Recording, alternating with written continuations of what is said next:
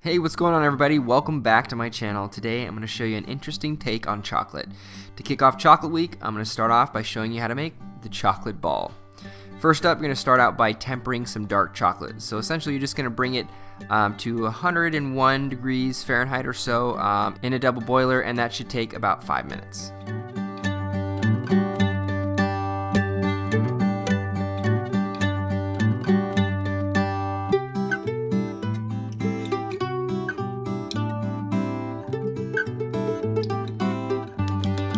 Once the dark chocolate is thoroughly melted and up to temp, you're going to take it off the double boiler and add a few more dark chocolate chips to it just to cool the temperature down to around 89 to 90 degrees.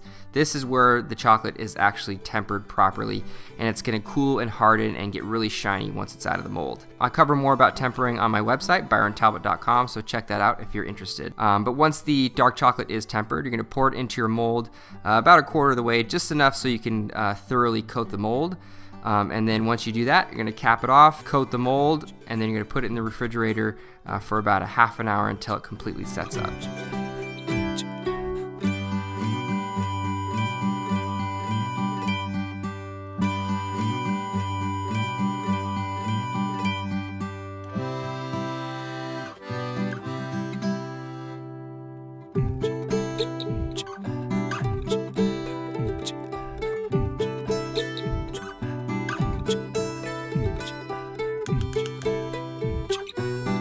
One thing you want to keep in mind with this mold in particular is that you want to give it a turn every 2 to 3 minutes, otherwise there's just going to be a really dense hard spot on one side or the other.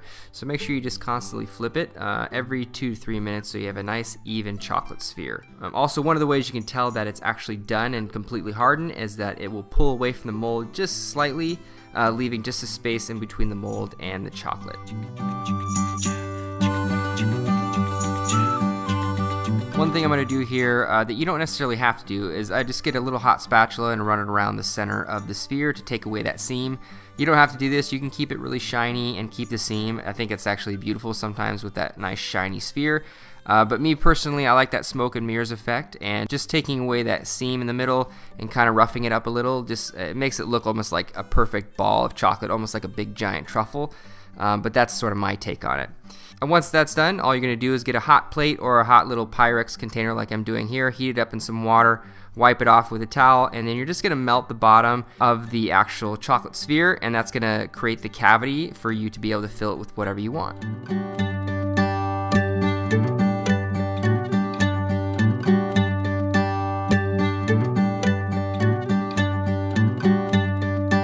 Alright, so once your chocolate ball is ready to be used, basically you can pair it with whatever you want. You can fill it with brownies or different toppings, ice cream, mousse. I mean, there's 1,000,001 different variations for this recipe. The whole inspiration behind this recipe for me was really a traditional sundae done a little differently, obviously. I love the idea of the caramel, vanilla ice cream, strawberries. You can do bananas. I put some peanuts on there. And essentially it just melts the chocolate around the caramel and the caramel around the chocolate, and kind of makes this pool of delicious hot fudge and really, really good caramel around the ice cream. And I think it's just a really cool twist on a traditional ice cream sundae that's waiting to be made by you.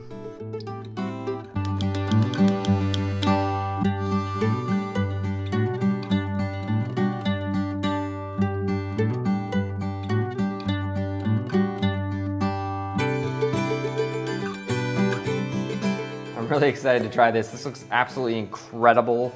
I want to pour the sauce on there before it cools down to get that nice melty effect, but this looks amazing.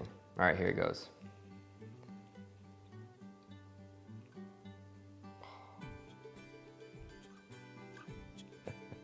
I love it. Oh my gosh, this looks amazing. Right away it like bursts open. I love this dessert. All right. Let me try it. A little bit of the strawberry. So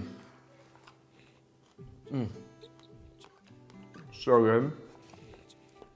I love how it melts around the dessert, so it reveals the dessert as it goes down. Just a really cool effect. Very simple dessert. I really don't think that it's that difficult as long as you have the molds.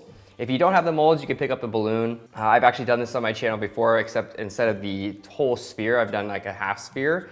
It was almost like a chocolate cup. and that was for a Valentine's Day, so check that out as well if you're interested in like a different way of preparing this. But I love the idea that the chocolate's a vessel, almost a container for the dessert, and then as you pour it, it melts the chocolate, kind of mixes with the caramel, mixes a little bit with the ice cream and the peanuts, has like this sort of this refined sundae. You can definitely go crazy with it, adding bananas, putting a little brownie in the bottom. I mean, there's a million different variations.